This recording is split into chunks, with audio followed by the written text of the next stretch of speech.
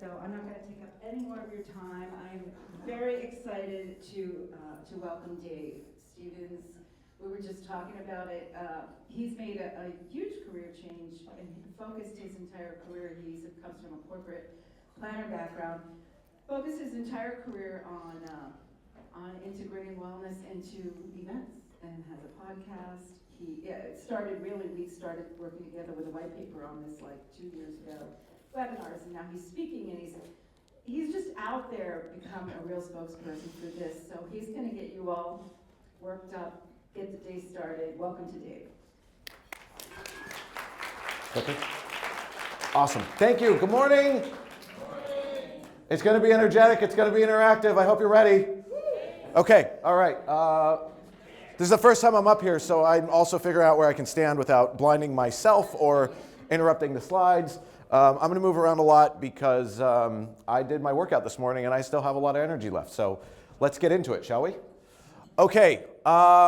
Here's the agenda. We're going to go through this on what's up with wellness, what is wellness, why does wellness matter, the 4 M's of wellness. Are you sick of the word wellness yet? Okay, so who am I? As Barbara mentioned, I have been a corporate and internal planner for a number of years. I've worked in entertainment, I've worked in tech, I've worked in music, I've worked in an association. So I've been through the various roles of event planning, and I'm just curious, I'm going to survey the room. How many are corporate planners? Raise your hand. Wow. Okay, third parties? Like 3. Okay. Association? Come on, y'all. Have a little pride. There we go. All right. They were like, me. Okay. And is there any hoteliers or venues here? Wow. Oh, CVBs. Or the new term DMOs. Where did that come from? Anyways, that's not what we're here to talk about. Okay, so one of those corporate gigs, I worked at 24 Hour Fitness. I was not a personal trainer. I worked at the corporate headquarters. I planned all their internal meetings and incentive trips. They have that. They have a big corporate office. And then I also, this is a made up title that I gave myself. I am the 6-time fittest man in meetings and events. Is anybody familiar with CrossFit? Yeah, okay. So starting today, where is she? There was someone here. Oh, hey, there she is. She's like, hey, the games are starting today. The games are the CrossFit Olympics, essentially. Every year, they do an online qualifier that anybody in the world can do, and it's called the CrossFit Open, and they have occupational hashtags. And the first time I did this, I put in #eventprof, and I was the only one there. And I was like, I'm the fittest event professional in the world. And then the ladies showed up, and I had to change it to male because they whooped my ass. Rightfully so. Yes, exactly. So anyways, I've got some awards, whatever. These are interesting. I am a Delos Certified Wellness for Meetings and Events. That's a certification that exists if you didn't know. And I'm also a certified COVID protocol officer and a pandemic meeting event designer certified. I got that in 2021 because we were going back to events in 22 and we had some skittish people, and I said, I'm going to take this and I'm expensing it and you're going to like it because I want our attendees to know we care about them. So with that, we're going to reference an event I did right after that that was a sales kickoff. So let's get into it. Okay. Oh, by the way, I'm also, you'll see the little Olympian meeting. I am a very proud Olympian, another thing I made up, because our company name is Olympian Meeting. Or, you know what? Anybody can say they're an Olympic hopeful, just for the record. Anybody. Anybody can say it. Anyways, something important I want to call out about our name before I dig into this is our company name is Olympian Meeting. Our nickname is Ohm. It always takes a second. Because wellness is a bit of a spectrum. So people like different things, and so I call that out because we aren't all I know I come up here with a lot of intensity and talk about food and fitness and the things, but I want you to understand that we get it. So this QR code will take you to our newsletter called What's Up with Wellness, so you can follow along. It's up to you if you want to scan it or not. But, okay, first thing is the Freeman Report. Did anybody see that Freeman Report earlier this year that said only 3% of event attendees surveyed will go to an event for wellness? I'm just going to leave that. We're going to come back to it and break it all down. So that was one thing. Then CVent came out. The CEO was on a digital event with Julius Solaris, and he said the event's market cap has hit $1.6 trillion. That's a shit ton of money. Then there's another report, McKinsey, that came out and said the wellness market cap is actually outpacing the event's market cap by $0.2 trillion, and it's at $1.8 trillion. So people are spending more on wellness than they are on events. I want that to kind of sink in because it's significant. So, who cares, right? What does it all mean? This is an important distinction here. Only 3% of event attendees will attend an event for wellness. We don't believe in trying to turn corporate events into wellness events. What all of this is about, I like to say, wellness is the salt to the entree. People are still going to events like this to learn, to network, to connect with other people, to do those things, but wellness enhances all of that. My question to you is, if people can get 8 hours of sleep, do you think they're going to learn more than the person who was up till 2 a.m. drinking and then had to be at your general session at 8 a.m.? Right. It's pretty straightforward. This is all just, I like to think of it as a reminder. So that's the positioning when we talk about wellness. It is not taking over the point of the event. We are wellness at corporate events. We are not wellness events. If you want to do a yoga retreat, I'll take your money, that's fine. But that's not what we're trying to do. We're trying to leverage wellness to get more juice out of the squeeze. When you spend a few $100,000, $1 million on your sales kickoff, your company kickoff, whatever, your mid-year retreat, that's the point of this. So I figure that's important positioning and content. So what is wellness anyways? Shall we I'd love to hear what people think the definition of wellness is. Anybody want to yell it out? I'll repeat it so everyone can hear it. Come on. Okay, there we got one hand. It was you, yes. I think it's a holistic approach to body, mind, and soul. A holistic approach to body, mind, and soul. Okay? Anyone else? Barbara? So I keep seeing well-being and wellness, and they get very around. What's the term to use, and what is well-being versus wellness? What is well-being versus wellness? I say when you pursue wellness, you find well-being. That's my way of, I spent a lot of time in marketing, I'm sorry. That's how I kind of see how those two intersect. But let's just dig into it. Here's what Merriam-Webster defines wellness as, and I think this is really important. The quality or state of being in good health, especially as an actively sought goal. So, one of the things I like to do is address cliches, including the whole term wellness journey. Everyone's heard that, right? On some influencers, TikTok, wellness journey, blah, blah, blah. Anyways, it is the reason it's called a wellness journey is because as you are pursuing this actively sought goal. Let's make up words. Who cares? Persought. I'm going to put that into Urban Dictionary today. As you actively pursue a goal, things are going to change, right? Like if you do the same workout day in, day out, constantly, sure you're going to get stronger, but you're going to have to do things to change it up so that you keep getting stronger. So this is not a one and done kind of thing. It is a constantly evolving thing. That's why there's so many modalities. All right. Has anybody ever heard of toxic wellness? I would love to hear what you heard in context of toxic wellness. I hear it often, actually, because toxic wellness has to do a lot with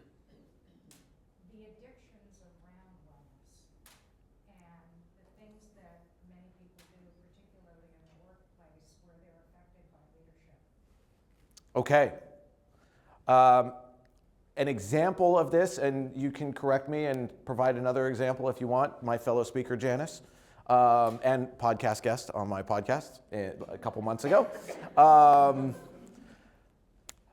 You guys hear about the scandal at Goop a couple years back? You know what Goop is, right? Gwyneth Paltrow's. So everyone started comparing, how long did you meditate? Well, I meditated for longer, blah, blah, blah, blah, blah, blah, blah, blah, blah, blah, blah, blah, blah, blah. When people start comparing what's wellness to them versus what's wellness to someone else, that's not right. These are all ideas that we're going to talk about today, but the theme is yes and, not either or. Because one person might find, I'm going to go to the Om side of the house, crystals and meditation as their wellness. And on the Olympian side of the spectrum, someone might really find meal planning and working out as their thing. But somewhere in the middle, you might find someone who likes to just have a glass of scotch by the fire and clear their head. That's okay. But if we start judging them, that's what toxic wellness is. So, Janice, did you approve of that? I do. Okay. Mildly hesitant. I heard it in your tone. So we're going to use the 4 M's today, which is mindfulness, movement, meals, and meaning. And we're going to jump into it. So, first one, mindfulness. Most people initially think meditation, quiet, that kind of thing. While that is important, when we talk about mindfulness, our main point is focusing on the attendee experience. Can they get a full night's sleep if they want it? Right? Like if it's a sales kickoff, there might be some sales reps who like to do their thing. Fine, so be it. We would start our sales kickoffs at 10 a.m. so that even if they did go out, they could still get a full 8 hours of sleep. It's a wild concept, I know. How long are the sessions? How many breaks are there? What time does it start? What time does it end? When are things scheduled? The whole jam-packed agenda, people are over it. Over it, thank you. The funny thing, so I did this meme with ChatGPT, and I don't know if y'all noticed, but there's not a single drop of water from the agenda fire hose actually making it into his mouth. And I was like, look, that's probably some kind of thing that ChatGPT has written in the rules, but it could not be more damn accurate. Because when you have that jam-packed agenda, they're drinking from a fire hose and none of it's sticking. So, this is exactly what we're talking about. You know, if an attendee wakes up, they have 40 unread emails and they have to go right into sessions, are they even really paying attention? No, they're like sitting there in the dark room, doing their emails, et cetera, et cetera. So thank you for the 9:15 start time. Here's another fun fact. We all have circadian rhythms, right? Everyone's heard of that before. There's a little thing that happens in the afternoon when we get tired. There's a clinical term for it. It's called the postprandial dip. So based on how you schedule your agenda, if you're going to do a team building or CSR activity or a afternoon wellness activity, doing it after lunch is a great time because people aren't really good at sit and get. They're better at interactive things. And then the other thing is thinking about things like natural light. Do you have an environment that promotes calm or makes people anxious? So that's a quick one. By the way, I'll send out the slides. And I know mental health was talked about yesterday by Janice, the woman who started Event Minds Matter. This is the beauty. Like you can't have a superior athlete without proper mental health. So I just wanted to pause on this. The Olympics are happening. I'm a proud Olympian. You're going to notice all these things tie into each other throughout the course of the program. So I'm really glad Janice got to present yesterday and tee up the mental health. I'm just going to leave it at that, and we'll keep going. So let's talk about movement. All right, everybody, we're going to stand up.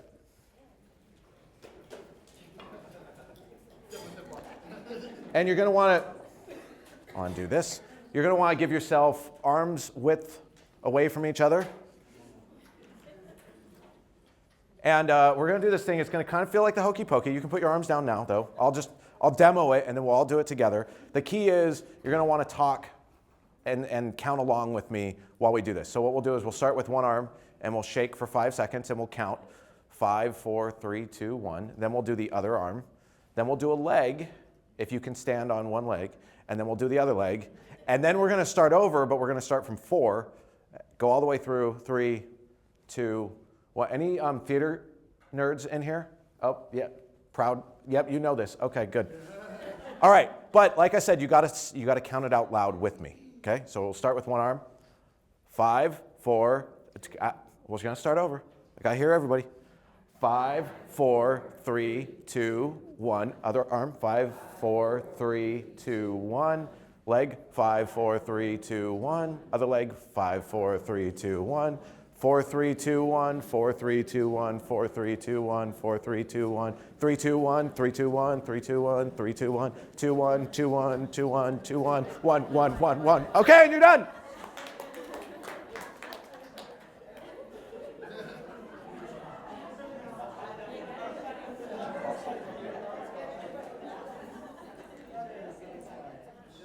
Okay, now I'm going to play a little video. Also creeping in more and more into schools and into the curriculum, into the classroom. It's been wonderful today because we've come in and sort of looked at some options for the teachers to include what we call brain breaks into their lessons. Then also ways in which we can incorporate CrossFit kids into sort of extracurricular clubs like lunchtime and after school. But then even more importantly, how we can actually take the CrossFit Kids program, implement it into a curriculum, and actually sort of meet national curriculum assessment objectives using CrossFit Kids. A bout of high-intensity exercise is shown to release something called BDNF, brain-derived neurotrophic factor. And it's basically miracle growth for the brain. So it stimulates the growth of new brain cells. So it's phenomenal in terms of aiding memory and learning. So a little bout of high-intensity activity in the middle of a lesson, followed by continuing on with the lesson, has tremendous effects and impact on learning really positively. Yep. Okay, so what really happens? So one of the things that I'm a big nerd about is digging into like the physiological science behind all of this. So he talked about that BDNF. Basically what happens is when you go into that bout of high intensity workout and essentially putting yourself in and engaging your sympathetic nervous system, otherwise known as fight or flight, there's all kinds of things that happen in your brain. Your hippocampus, which is the learning center of your brain, turns on because when you go into fight or flight, when you hit a certain heart rate zone, not a certain heart rate zone, but when you do that, your brain is going, oh shit, are we gonna die? That's a good thing. Because what it does is it starts dumping that BDNF into your brain, and your body and your mind is on high alert saying, pay attention, figure out what's going on, are we in danger, what do we do, ba ba ba ba ba. Your brain is primed to learn. So it's a big reason I always try to offer my attendees various intensity levels of workouts prior to sessions, because all those chemicals linger for hours afterwards. So you're literally stacking the deck for your attendees to retain more content and learn more from their speaker or speakers because of that. So if you have an executive who says, well, we don't need to do that, blah, blah, blah, go, well, how much of your session do you want people to remember? I want them to remember all of it. Well, then that's what we need to do, because otherwise they're going to check out. We're going to actually highly manipulate our attendees to ensure that we get better survey scores. That's the idea behind this, essentially. So we just talked about that. And some of you may know about the runner's high. I hate running, so my runner's high is holy fuck, it's over. But there's an actual thing that happens, and it turns out that exercise, marijuana, we're in Florida, it's legal here, and dark chocolate all have the same chemical in it. So it's up to you if you want to produce it naturally through exercise, which is probably better for you, or if you want to consume it, or maybe both. Okay, here's some ideas that y'all can take with you if you're interested. Like I said, I'm going to send out the slide deck, but variety of workout classes. Think more than yoga and fun run. Offer a boot camp, offer something else. We're doing an event at the end of this year with a client that we're going to offer a bodyweight boot camp on the beach one morning, and the next day it's going to be shadow boxing. So for those people, there are people that want that high intensity workout. The other thing is seating options like this, like you can, at the back of the room, you can sit, you can stand. That's the beauty of those high tables. You can always add high boys to a conference room, and the hotel will charge you nothing. Someone's always going to stand. Putting those high boys at the back of the room makes those people feel seen. This is not about necessarily like, we think about wellness and blah, blah, blah. It's also about inclusion and making people, this is how you drive engagement, right? When people feel seen, they're like, oh, they thought about me. No, we just knew people were going to stand, but whatever. You can feel like we thought about you. The other thing is walking desks, walking treadmills have gotten super quiet now, so those are something you can put in the conference room if you want. The other thing is I went to an event where they partnered with the CVB, and they did a scavenger hunt in the afternoon right after lunch in teams throughout the city, and we did a little walking tour. Great movement idea. And then of course there's step challenges, Hecka Health, and at IMEX they do that every year. Okay, I'm running a little behind, so let's dig into it. Small meals per day Okay. and run. Also, only eat breakfast and dinner and walk. Also, eat lots of protein and lift, and actually don't do any cardio, it's bad for your joints. Also, don't eat too much protein and make sure you're sleeping a lot, but don't be sedentary. But don't be too active, it's bad for your blood pressure. Make sure you replace all your lost salt, but never eat too much sodium. It's easy, just eat vegetables. But don't eat potatoes or corn. Fruit is obviously good for you, and also it's all sugar and it's bad for you. Sugar, I forgot to mention, is a vital source of quick-burning carbohydrates that your brain needs to survive, and you should avoid it at all costs. Protein is hurting your kidneys, make sure you eat a lot of it. Drink water, never starve yourself. Unless you're calling it intermittent fasting, then it's okay to starve yourself. Don't overhydrate. Being vegan is obviously the healthiest lifestyle, and also no, it's not. Fish is obviously super good for you, and it's full of mercury and killing you. Does it feel like that? Yeah? Yeah. That's why I love this video. It's so confusing. There's so many influencers. Fun fact about that McKinsey report is it said that people are done with wellness influencers. Oh, the irony, right? As I stand up here. They want to hear from doctors. What it comes down to is people have tried all kinds of crash diets and done this, and they want someone who's actually certified and knows what the frick they're talking about, so that if they're going to make the investment in trying something, that it's going to be worth their time. We're very fortunate we have a board-certified physician and nutritionist as part of our team at Olympian Meeting. It's our little hack to make sure that we get good information and get things out there. Also, she happens to be my wife, and if I spew a bunch of BS, I'm going to hear it. Okay, so we're just going to dig into meals. Meals is pretty straightforward. This is the big yes and, right? This is, I'm going to throw up a slide here about 9 brain foods in a second. If you're doing these other things, you're making sure people are moving and they get time for their mental health and things of that nature, you should feed them appropriately. We think about dietary restrictions, right? Like allergies and things of that nature. It's the line is about yes and. So deconstruct the salad, right? Let people pick the parts they want, and with the side of grilled chicken, it's in case they want it. Or have the sauce on the side. The fun thing that I know we all get busy and we're like, okay, I'll take page 7 on the banquets menu. You can do half of page 6 and half of page 7, and that's okay. They'll let you do that. The other thing is have a meeting with your chef. Tell them what you're trying to accomplish. This is a great opportunity to source locally and tie it into your destination. Like if you're going to the South or New Orleans or whatever, we just did a program for a client in New Orleans, and we made sure that there was like one thing at every meal that was quintessential New Orleans.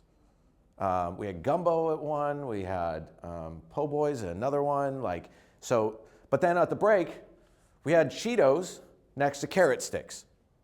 They're both orange and crunchy. It's up to you to decide. And if you give people those options, they're gonna once again, they're gonna feel seen. They're gonna feel like they belong there. And this is a big thing. I looked up the stat yesterday around alcohol. 38% of the population doesn't drink at all. 38%. Holy crap, that's a big number. That's creeping up on half. So, what are you offering those people that's beyond juice and soda? Right.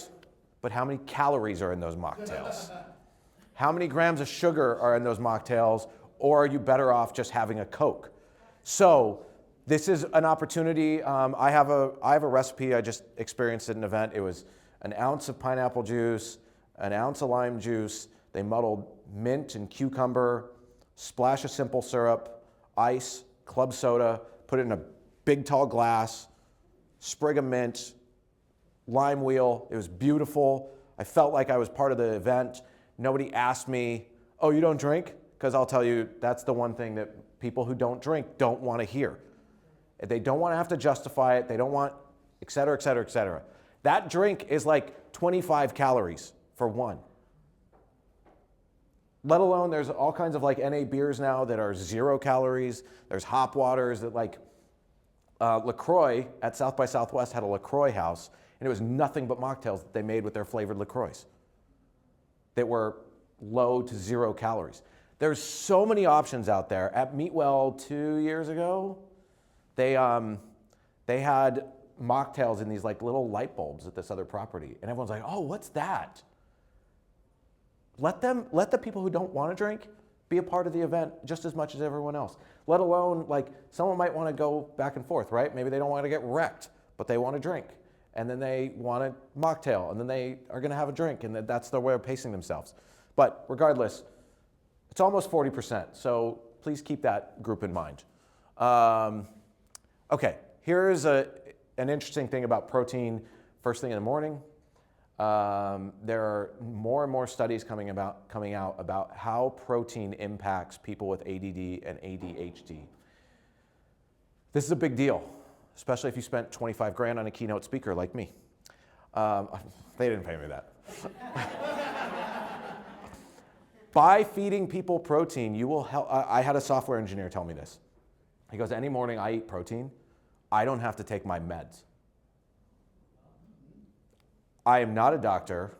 I am not a nutritionist. I was like, are you serious? And I looked it up, and the science is getting there. There's a lot of anecdotal stuff right now. But one of the other things they're finding is for people that still need their meds, the protein actually slows the uptake of the meds so that that's a good thing because then it lasts longer. So you're helping people by paying attention. Usually also, you don't have to order breakfast for 100% of the people, so cut back down to 80%, add protein to it, you're gonna do yourself a favor because otherwise you're literally undermining people's ability to pay attention. So just a fun fact. Do with it what you will. Here's the brain foods. This will be in the slide deck that I send out. We're gonna keep motoring on, but it's dark chocolate, berries, proteins. It's what we all know. Like this isn't new to anyone, right? We all know this. It's just a reminder. Okay, meaning, AKA the feels. I love doing this in the afternoon. We did a kickoff event, and we worked with Odyssey Teams, who was at was it Meatwell? No. Another one. They build prosthetic hands for people who live in third world countries or kids or things of that nature. The survey results we got from this event were through the roof. People they're like, oh my God, I can't believe the company cared this much to spend 2 hours of our day on this. Yeah, well, we could have spit content at you for 2 hours and you wouldn't have remembered any of it anyways, so we did this instead. This is a great way to connect with your destination, to connect with local people. This is a huge opportunity to do a give back that makes people feel like they're connected to something bigger than themselves. Now to get a little corporate, you can also use OKRs because if it's facilitated well, they're talking to their teammates about what they're going to contribute to each other. So while the warm and fuzzy is great, and I'm not saying it isn't, maybe that's day one. And on day two, during the post-prandial dip, you do OKRs. The point is, When people feel like they're contributing to something bigger than themselves, it gives them purpose. And if there's one thing, has anybody heard of the blue zones? Few people, okay. Some of the people I expected. There's a term in Japan, they call it ikigai, and it's your purpose. It's why you get out of bed every morning. And if you sit down with your team and you talk about what you're going to do to help contribute to the team, you now think about things in a different light. So there's also even science behind a helper's high that you get from helping other people. So yeah, I'll keep going here. So here's some ideas. Postprandial dip, do that thing right after lunch. Offer something to connect with the land or the destination. Build bikes, build hands, build homes. Here's the thing about this though, like we had another client, we did a bike build, which they were like, okay, that was fun. But then we surprised them the next day, we brought the kids in that were gonna get the bikes. And they got to see those kids' faces. It changed everything because they got to see the impact of what they were doing. That hand building thing, we offered to pay them a little extra so that we could get videos of them handing our hands out. And then we played it at one of our all hands 3 months later. People were like just bawling on an all hands call because they were so moved by, and they got to see their work impact somebody. So connect the dots for people. It makes a big difference. Okay, we're gonna line up right here on time. Look at that. Like I said, it's about inclusion. It's not the buffet line that's only green salad, grilled chicken, steamed broccoli, and that's it. And everyone's like, what the? One of the things I learned when I was at 24 Hour Fitness is there were people that were competitive bodybuilders, but they were on their, quote, cheat day, or as they're now called, refuel days. And if they didn't get what they wanted, and they didn't get the junk food, they were gonna murder somebody. Because that was their day, right? That was their sanity check. And they were coming in for a meeting, and we would ask them, you know, do you have a cheat day while you're here? And we would have to have brownies and cookies next to fresh fruit or whole fruit. The breakfast was usually egg whites, bacon. You know, it was about giving people choices. So work with your culinary team in that, various intensity workouts, various seating offerings, those kinds of things. Yes, and. That's kind of an eye chart. I think I need to change that. But the point of that is that when you take care of people and you make your event hospitable, they're going to engage more. They're going to feel more welcome. They're going to feel like they belong. And belonging is the #1 value of anyone in the United States. I have a friend, David Allison, if you know who he is. He has a concept called value graphics. Basically says people buy based on their values, not on their demographics. That's a whole nother discussion that he talks about. I'm sure he'll be at IMEX this year if you're going. But belonging, feeling like you belong, feeling like you're a part of something is the #1 value people have. And when you do these things and people feel seen, they feel like they belong.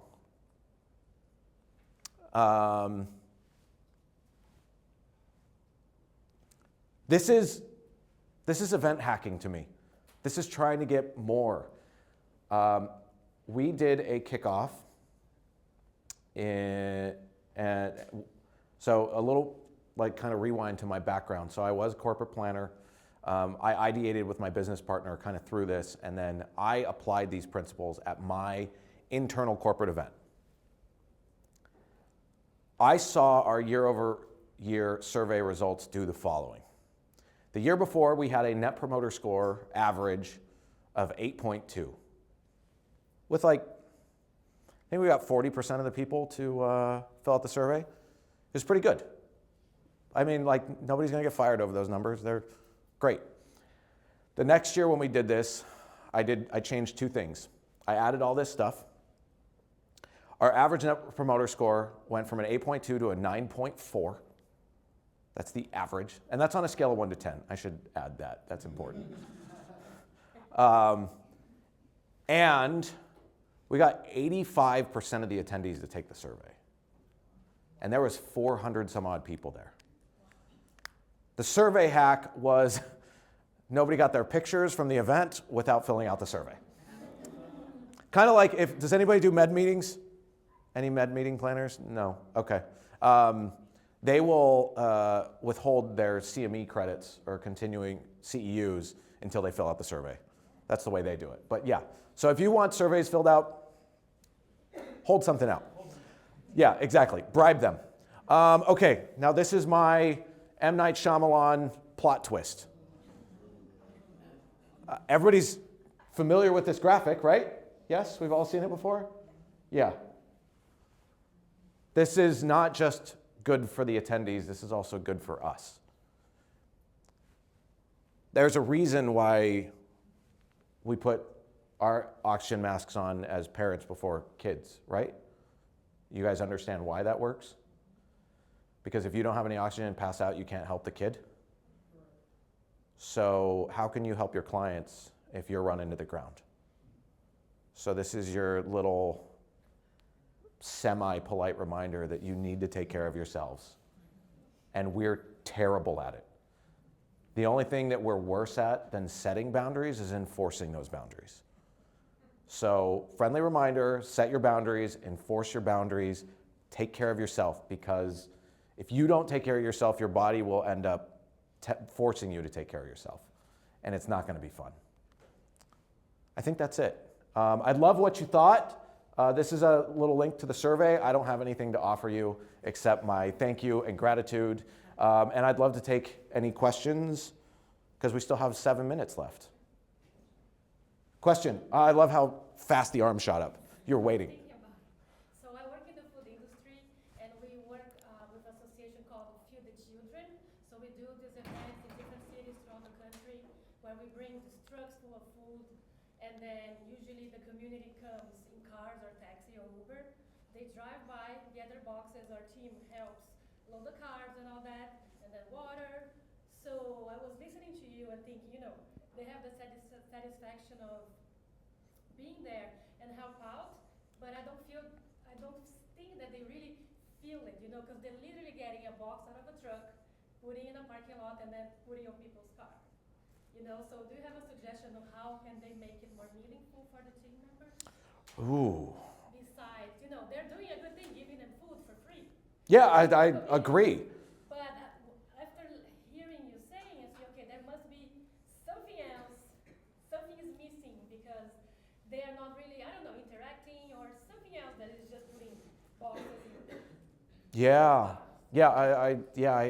I totally hear that. It's a lot of people. It's usually I mean, 1,000 people that we do that. So it's a lot of people that help, and it's a lot of people that come by, and most of them actually don't have a car, but they need to get a car to get the food and the Got it. boxes. So they see what they're doing, but like the emotional feeling, like you said, you build a bike, and then you see them getting it. I don't know if you had any suggestions, if you want to think about it, and we talk later. Yeah, that's a really good one. And everyone heard what she was saying, yes? Yeah, so I think it's a question to the entire group. If you have ideas, like this is not just a me thing. I think a lot of people, do you have an idea or do you have a different question? I mean, just an idea, because we've done this before where we have charity things, but we'll play the video at general session about what they're about to go into. So as they're going into it, they have that heartfelt, that video is a very oh my God, if I don't feed this child, it's going, something's going to happen. And then they go make it. So the emotional connection from the video to going in and moving those sandwiches. Yeah, I think that would probably be great, like some type of promo reel prior to, like having some families who have received before and how much it meant to them, having them talk and say thank you for blah, blah, blah, this made a big difference. I like, because there's usually unfortunate situations that people are struggling with, and hearing those stories before they go do it would probably make a big impact. We'll go to you, and then we'll go to you, Janice. I was going to say just the simple words of saying glad you're here. Right? You came by, saw you. I mean, it could be like 2 sentences. And it's personalizing gift to the family or the kid, or, whoever's receiving on the other end. So, because sometimes that can also feel like you're here because you desperately need to be here. So hearing from somebody else saying, glad to see you, happy to see you, something like, positive sentence or positive connection to them, Yeah.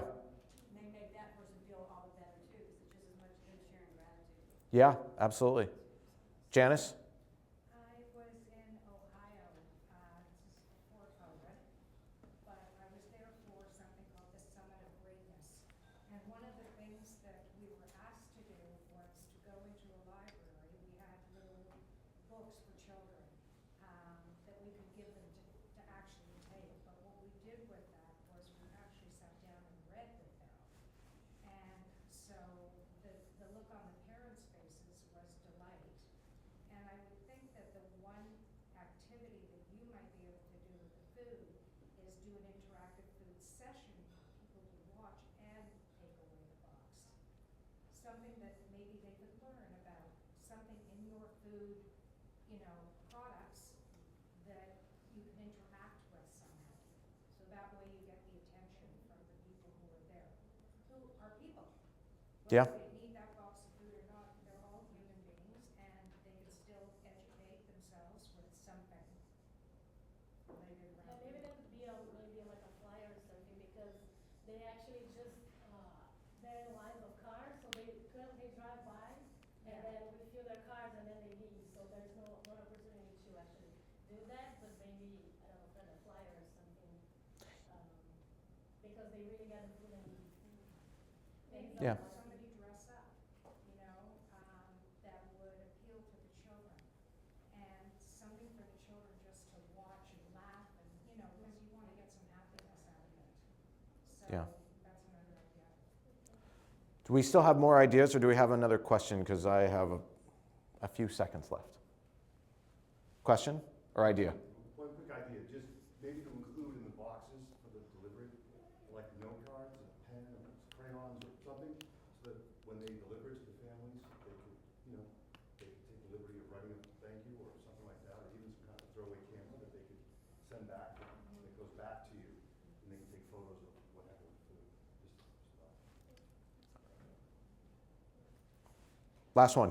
Maybe even a quick link on that flyer when you hand it to them for like a quick cooking class on YouTube or something that gives them a way to put the food together. Cool. Well, that was fun. I did not anticipate it going that way, but love it. We are waiting for our next speaker. Oh, okay, so we can keep going. So- All right, over there. Yeah. Hopefully this isn't something that everybody needs to hear, but just in case, please be very careful not to exploit these families and children and everybody that you're serving. We've all seen on Facebook and whenever we're videos where someone's taken and given someone some food and they're recording it in their face. I work with children and youth and families, and the last thing that they're going to do when they're getting something that they need is to be exploited. So just, keep that in mind. I would not recommend filming during the giveaways. I was thinking like a promo reel from the organization. Like training before. Yes, exactly. Yeah. Starting, Yeah, but good point. Yes. We also love to know more about who they're getting something from.